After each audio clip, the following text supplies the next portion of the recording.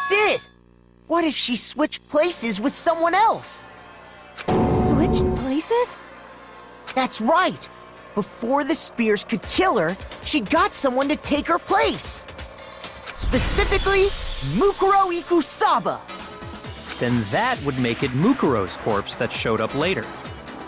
Which is why the body's height and weight and everything match Mukuro's profile, right? I don't know anything about this switching places thing, but... that had to be Junko who got stabbed to death, right? Yeah, you're saying they switched? When could they even have done that? Good question. Right when she was about to die? Like she used some kind of ninja replacement technique? Please, let's be realistic here. Good point. There's just no way they could have switched like that. So maybe the whole idea is wrong. There is some way, Makoto. We've got this. Oh, we've got this. No. Oh. I got it! The two of them may have switched places from the very beginning. That would change the entire scenario. This means we have no idea what the real Junko Enoshima looks like. What? From the beginning? Yes, from the moment we first met. If that's when they switched...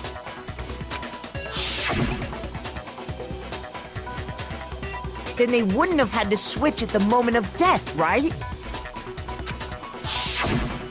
After all, the one we saw at that point would have already been Mukuro.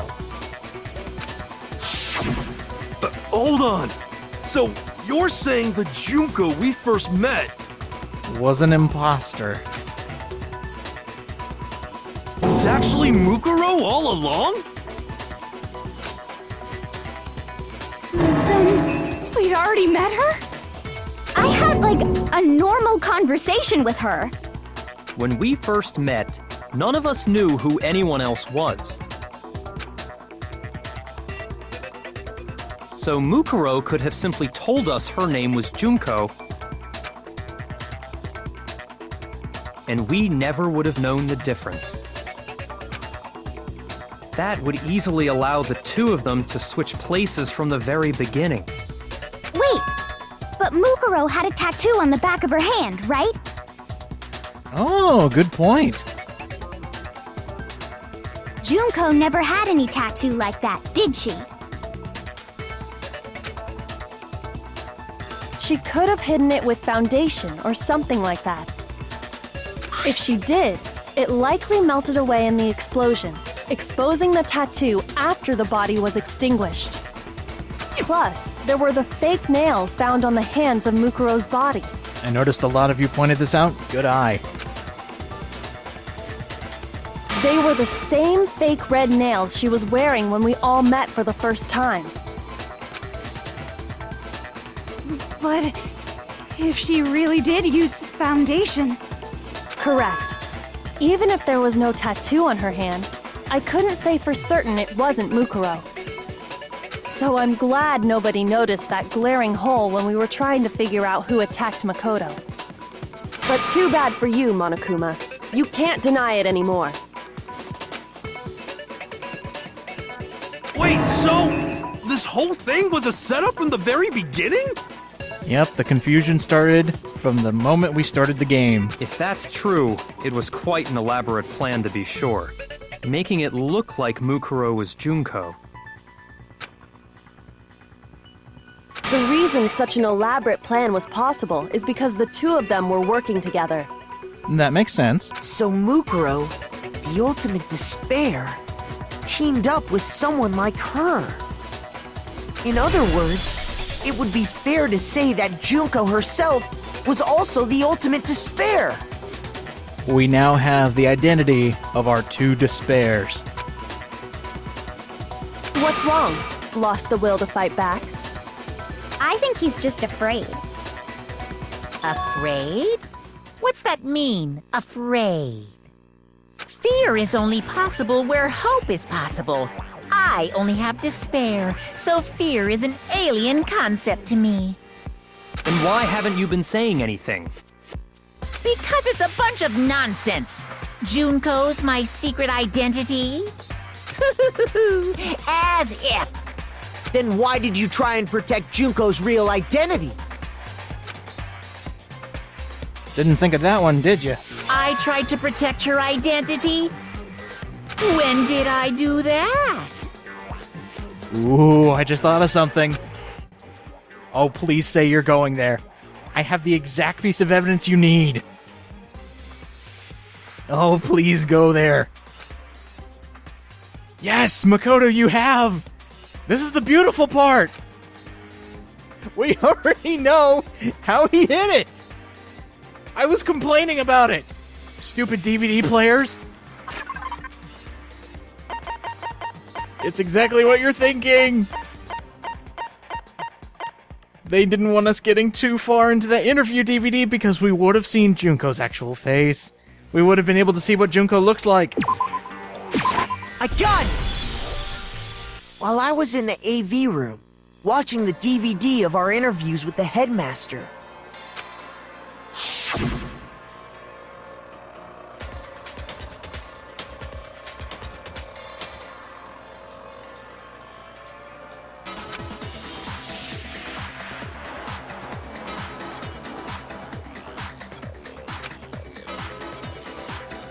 Stupid, faulty, cheap DVD player. Oh.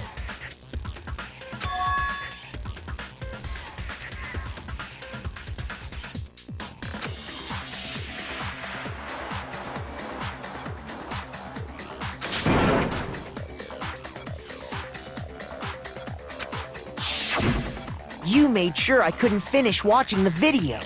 And the reason you did that is because you didn't want me to see the real Junko, did you? Oh, yeah!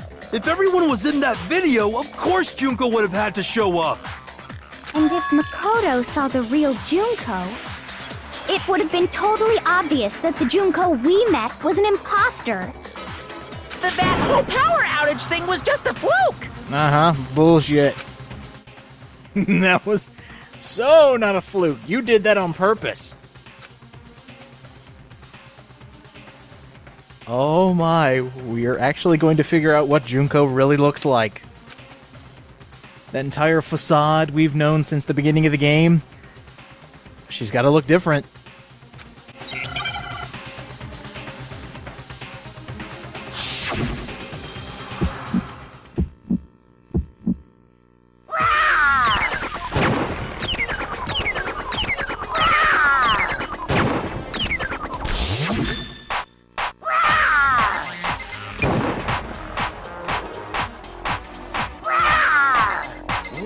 What do you want? What do you want? Are you sure about this? You're getting all riled up! That's impossible!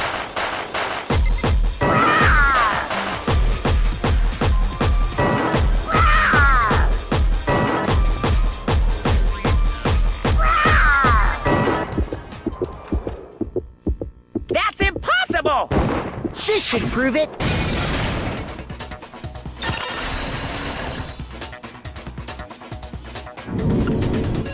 The video wasn't the only thing you tried to cover up.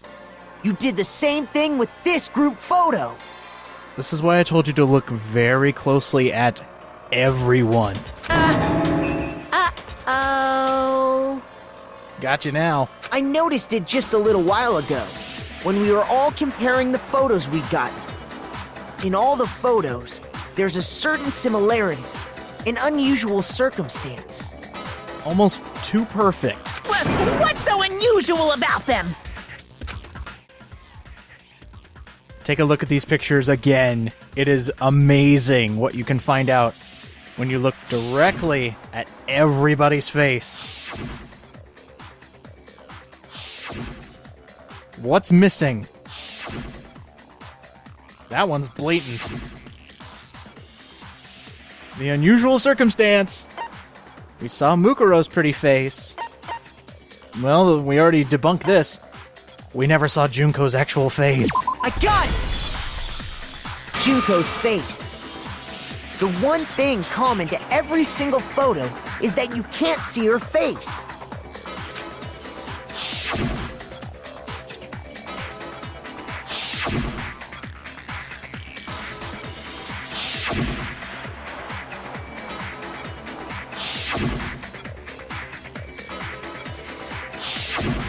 It's hard to believe her face would just happen to be hidden in every single picture, don't you think?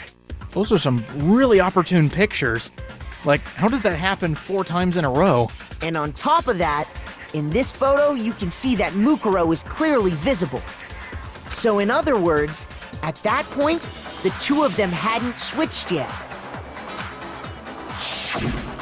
With all that in mind, there's no doubt that the girl whose face is hidden here is the real Junko. Which is why you had to have pictures that didn't show her face. Because if we could have seen her face, then it would have clearly revealed that the Junko in the pictures wasn't the Junko that we knew. Xanadu! I believe everything Makoto said is true. Junko and Mukuro switched places before we met either of them. So she killed Mukuro, who had taken her place, making it look like she'd died. And the real Junko is still alive. There you go. And she's the one behind this whole murderous situation. This killing game. The true mastermind. She's the true mastermind and the ultimate despair. Xanadu times 2! With this, the identity and the crimes of the mastermind have been exposed. No, wait! Hold on! Don't bother trying to deny it. There's no more room for debate. You don't have anywhere left to run. I'll prove everything, right now. I smell the closing argument. Yes. So now everything makes sense. Kinda. Alright, let's see. Let's just assume that's not Junko. It's secretly Mukuro. Aw, that's so unfortunate. Aw, man. Let's see, what does this one say? To keep Mukuro's body... that would be... Let's see, are there any other ones? No. Here we go. Had to keep the body in the freezer. Keep it good. Oh, wow. And I still love they give you 24 minutes for this. Attacked me with something? Well, that would have to be the giant knife we had. And it also makes sense, because if the mastermind can see everything, they could have seen where I put the knife. Let's see. Who was it that stopped them? Well, Kyoko had my back for that. Thanks a lot. Next. Mastermind fleeing. The only thing that looks like that is, this right here. Seems pretty like a cinematic flee. Next would have been... after they took the mask off. Okay.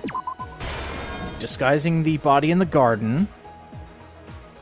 Next would have been when we all got and saw the body in the garden. The knife sticking out of it. And last but not least, the only other thing that would make sense is seeing the exploded corpse. And wow, that's it. That explains everything. We already knew everything from when we were attacked onward, so the only thing we really didn't know is the person we saw in the beginning was not Junko, but it was Mukuro. And after she died, she was stored for later and used in a plot to try to kill Kyoko and I. But it backfired. From the looks of it, we have solved everything. The killer is you!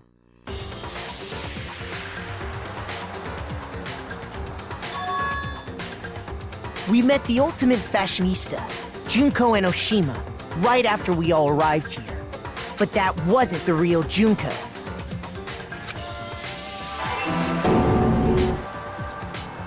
The girl we saw before us was actually the 16th student who had taken Junko's place.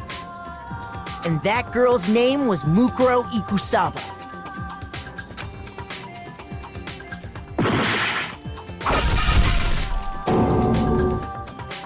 But it wasn't long before she died at the hands of Monokuma. In other words, the mastermind, Junko Enoshima.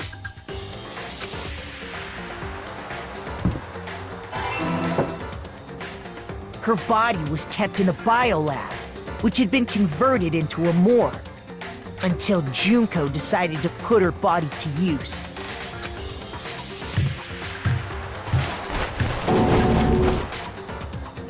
Junko dragged the body out of the biolab, using the tarp to carry her to the garden.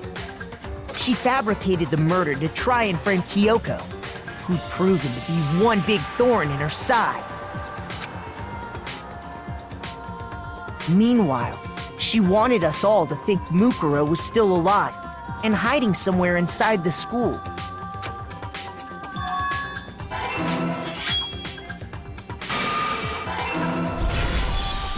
So she put on a mask and then attacked me.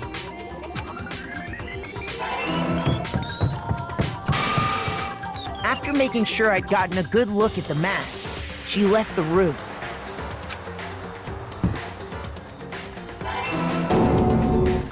Then she put the same mask on Mukuro's body.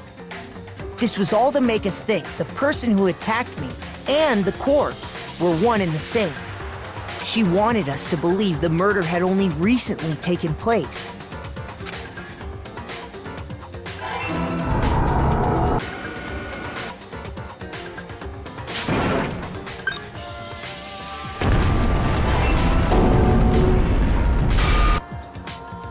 Finally, by strapping a bomb to the body, she was able to destroy any remaining evidence. She needed to hide the body's true identity. She had to make sure we didn't find out it was actually the same person we'd met in the beginning. This is the truth behind Mukuro's murder. And the one who carried it all out is the true mastermind. The one controlling Monokuma.